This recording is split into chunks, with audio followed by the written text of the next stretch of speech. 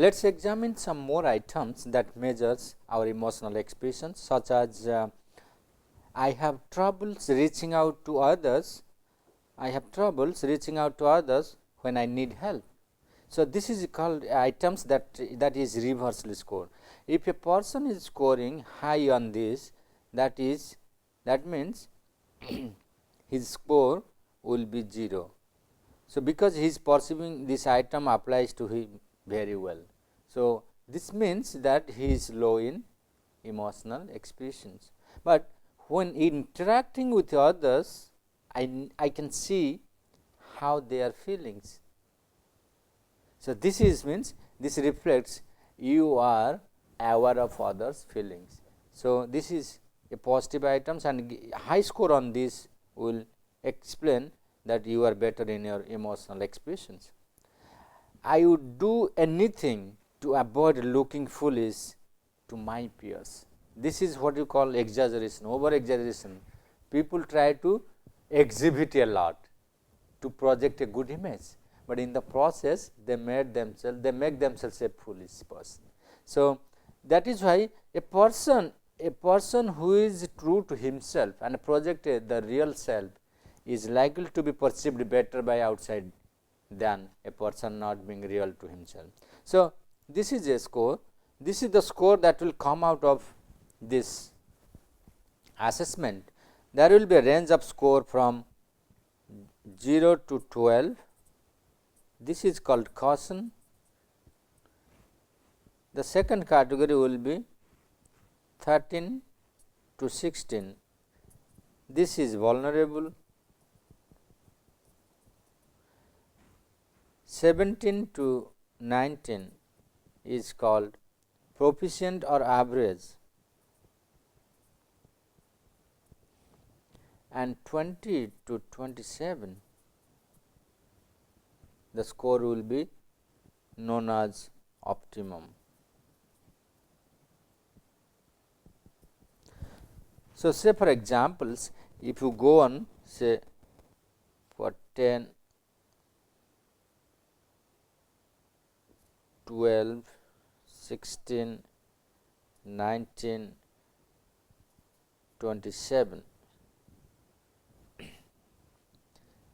So, say for you keep there is a person who scored this.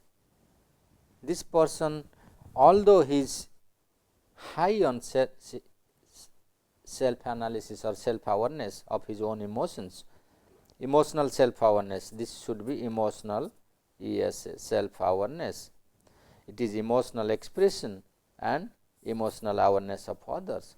There is possibility that a person may be good in this, may be average in this, and may be high on these dimensions. So, there is a scope for his improvement on this dimension. Say for a person's emotional self awareness is just proficient or below to proficient, but he expresses accurately and his awareness is higher. So, the graph may be also like this. So, here the man or the person should focus more on self awareness. There are people who are high on this, high on this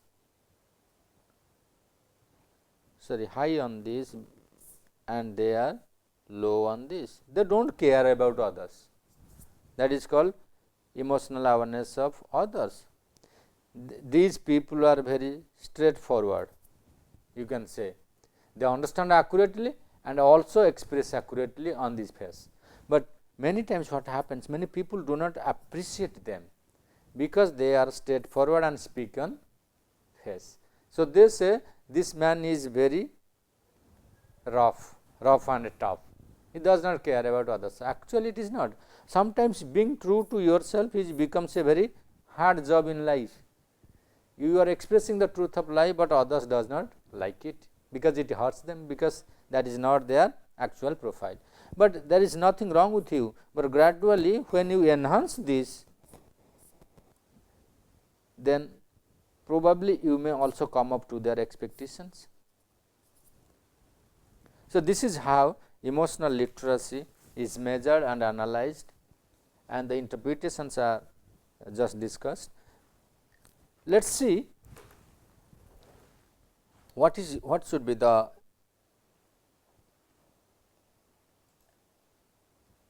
relationship between emotional intelligence and empathy. There are a lot of techniques are available, tools are available in psychological literature. One such test on EQ EQ is otherwise also here known as empathy quotient. You can make assessment of somebody's empathy by administering this scale. This scale is based on strongly agree to strongly disagree and here there are some of the items are also there available. They are negative items are reverse scored. So, in this scale there are 60 items. There is also another small empathy scale is also available, which can also be taken up by people.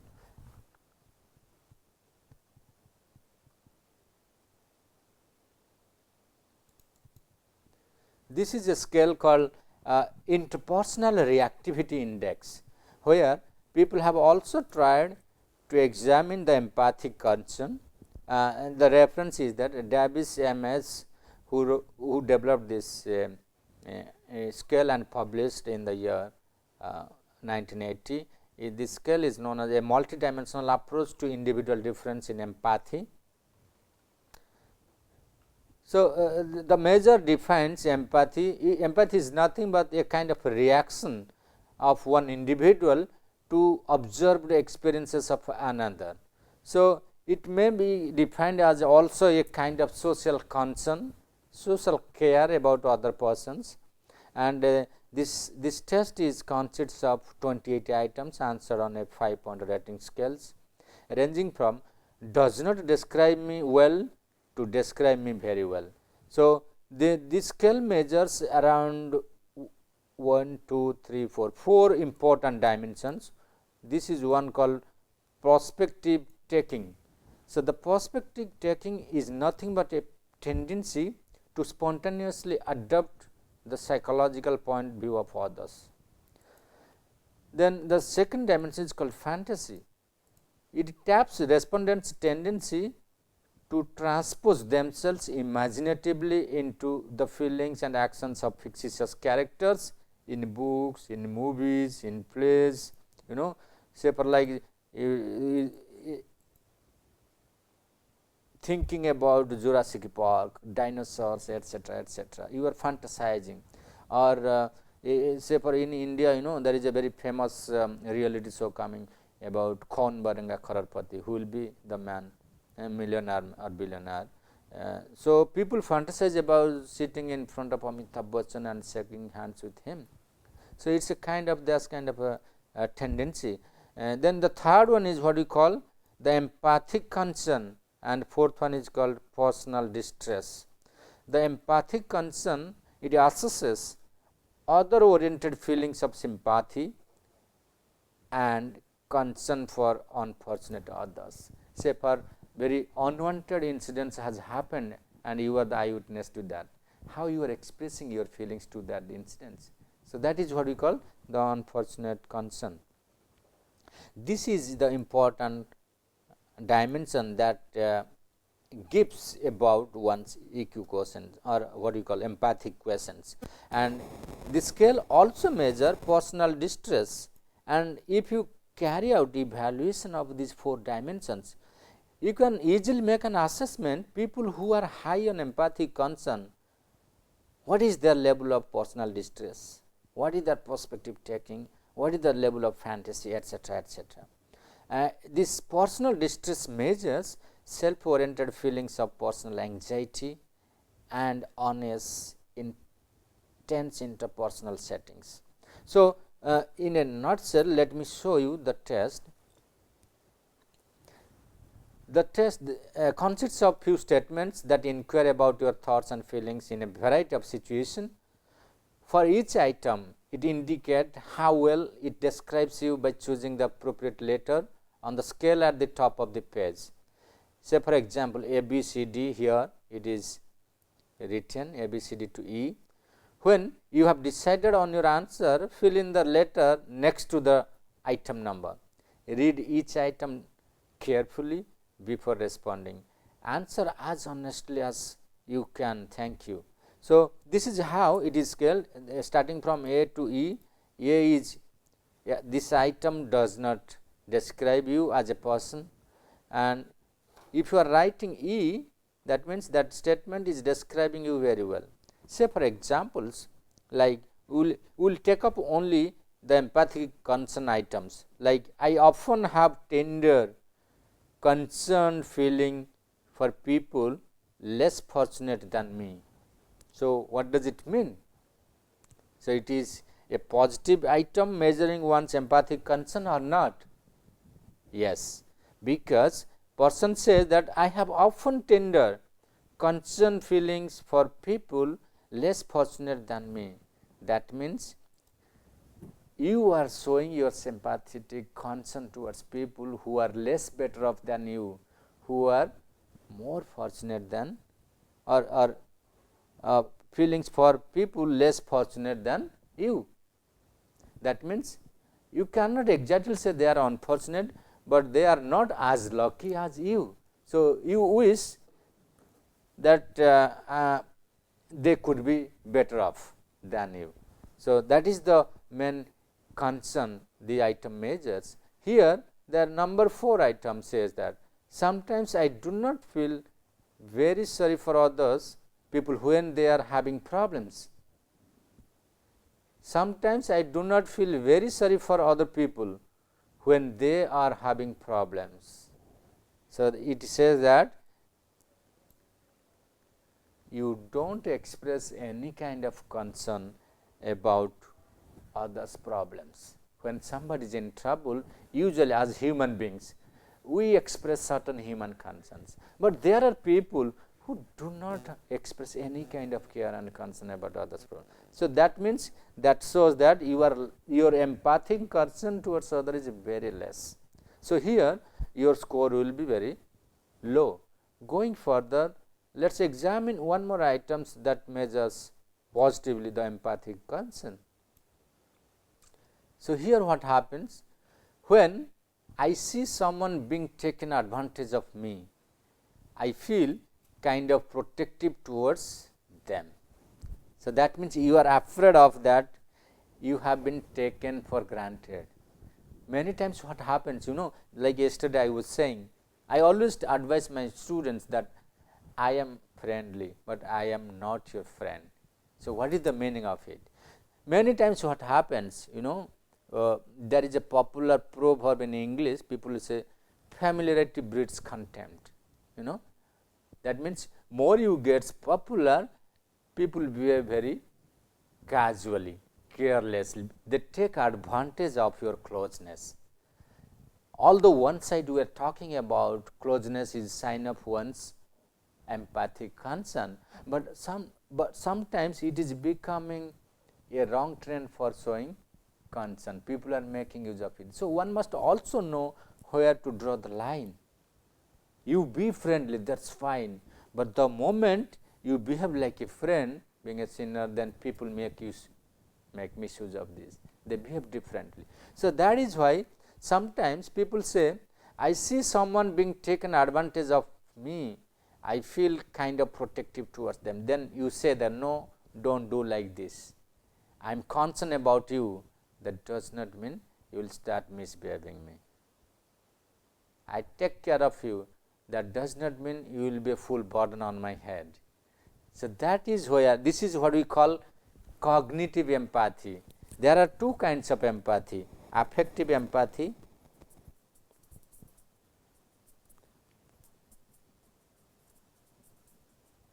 and cognitive empathy.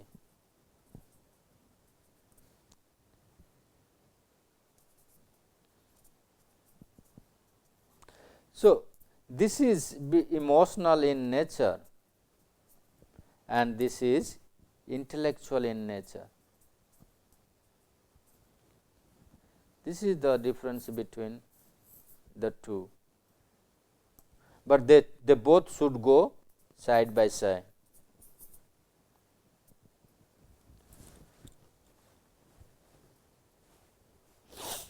Right. So, going further, there is one more item here that has been listed in this scale. This is what we call other people.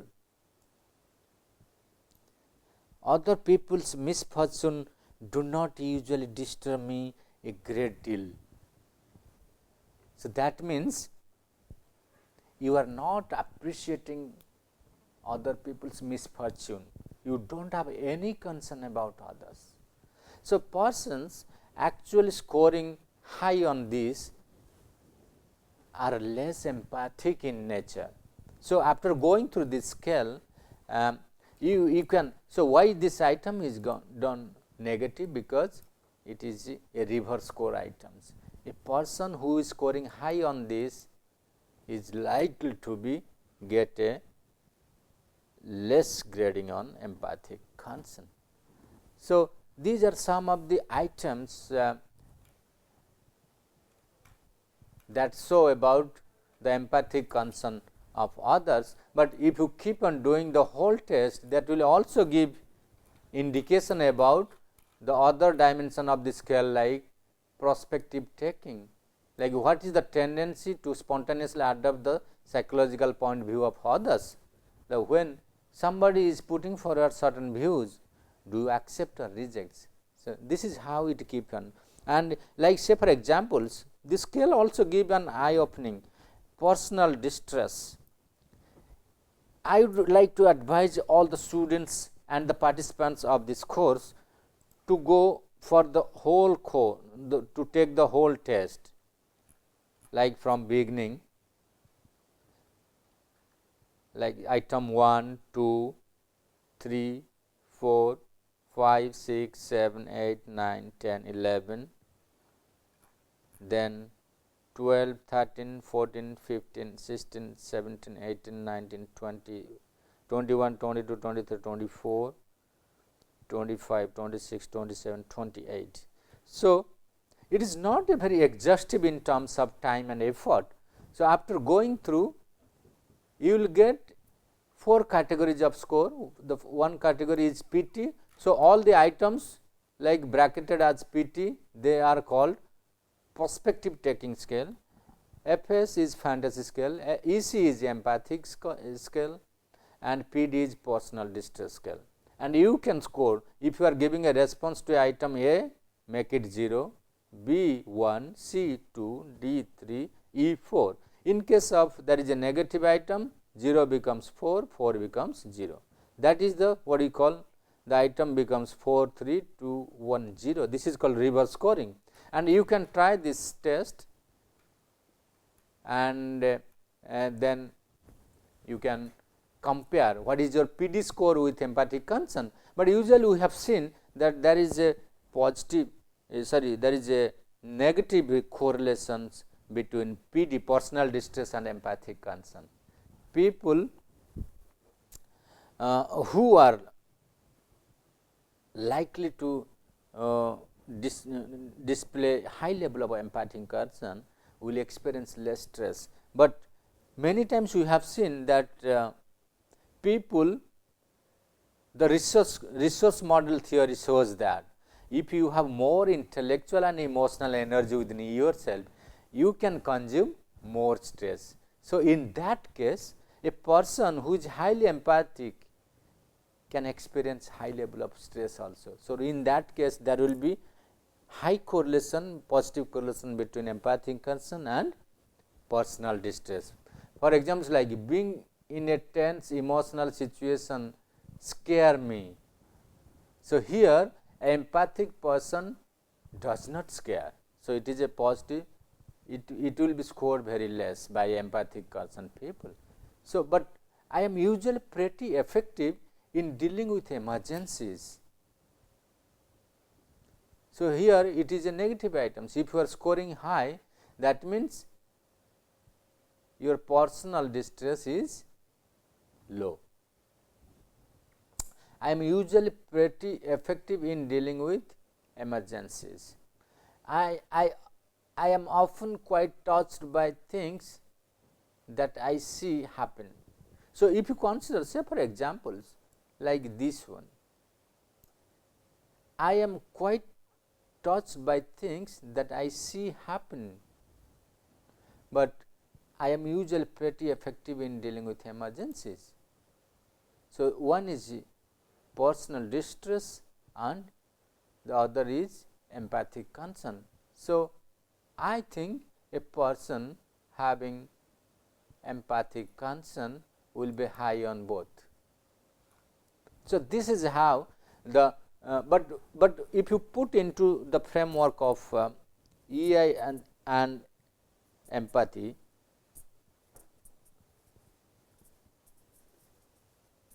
empathy now we have seen in terms of affective and cognitive. What I found out of this discussion is empathy is more or less towards emotional literacy, is not it? Emotional literacy. So, people concerned, those people are good in expressing their emotions who are actually good in empathic concern. So, that is why people high on their emotional intelligence profile likely to display high level of empathy in their life, and this is going to bring a good results in their activities both in personal as well as professional domains.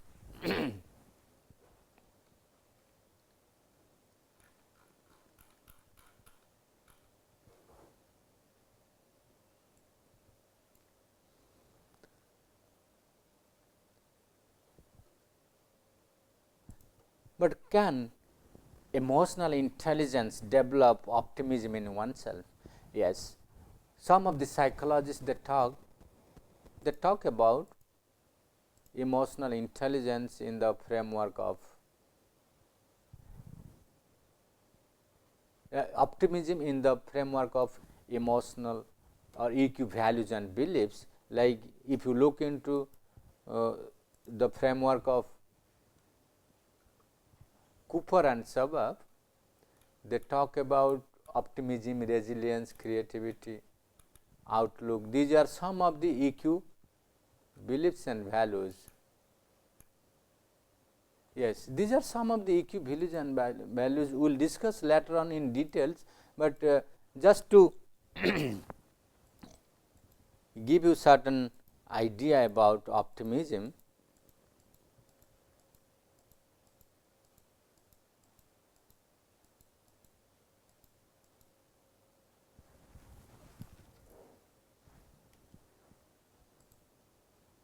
Yes, yeah, exactly. We have seen that emotional intelligence is likely to enhance the optimism and outlook. Outlook and optimism are closely related to each other.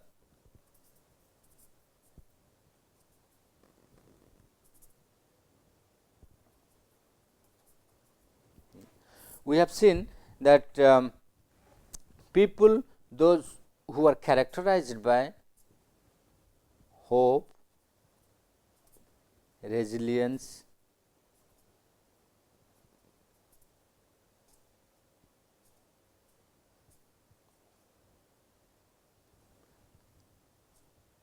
and outlook are likely to score high optimism. So, people those who have survival skills better, people like in Barron's framework adaptability,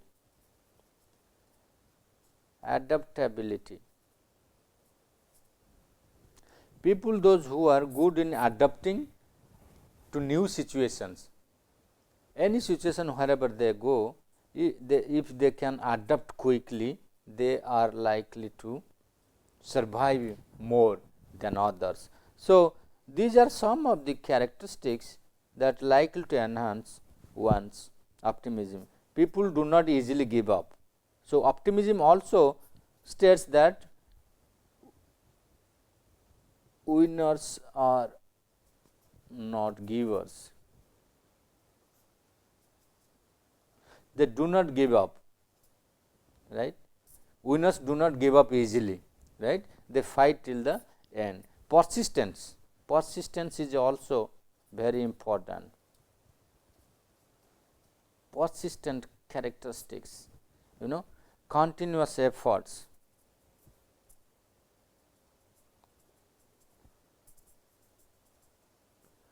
So, these are some of the areas where one needs to work to enhance his optimism profile. But we have seen that people, those who are high on their EI,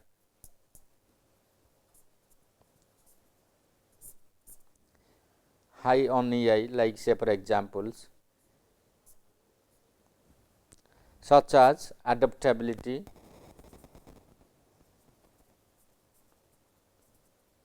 resilience,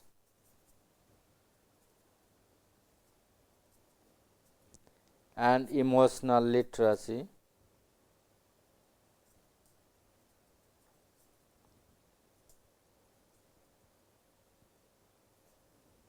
So, these people are likely to display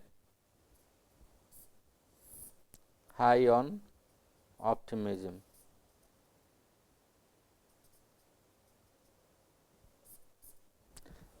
So, how this optimism and outlook is positively correlated to each other, let us have a look at some of the items of outlook. Yes, I look on the bright side of things. People, those who are actually optimistic, they never give up easily.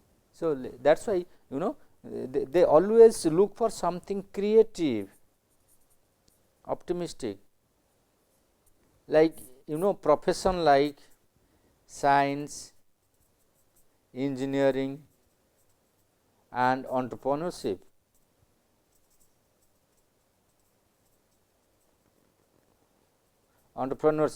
These are certain professions where people requires lot of persistence, lot of perseverance,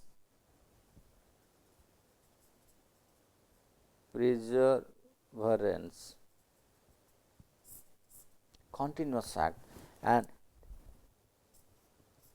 they do not easily give up. They need to have high level of EI. So, EI is going to matter here the most to extract maximum of their creative potentialities, right. So, that is why I always talk in my class when I deal with the most hardcore mind, the technocratic mind, and looking at their entrepreneurial styles, I always try to encourage to open up their creative potentialities through different exercise of emotional intelligence. Coming back to the second item, I love my life. Yes, this itself indicates your survival instincts. You do not want to give up. Yeah, thank you very much.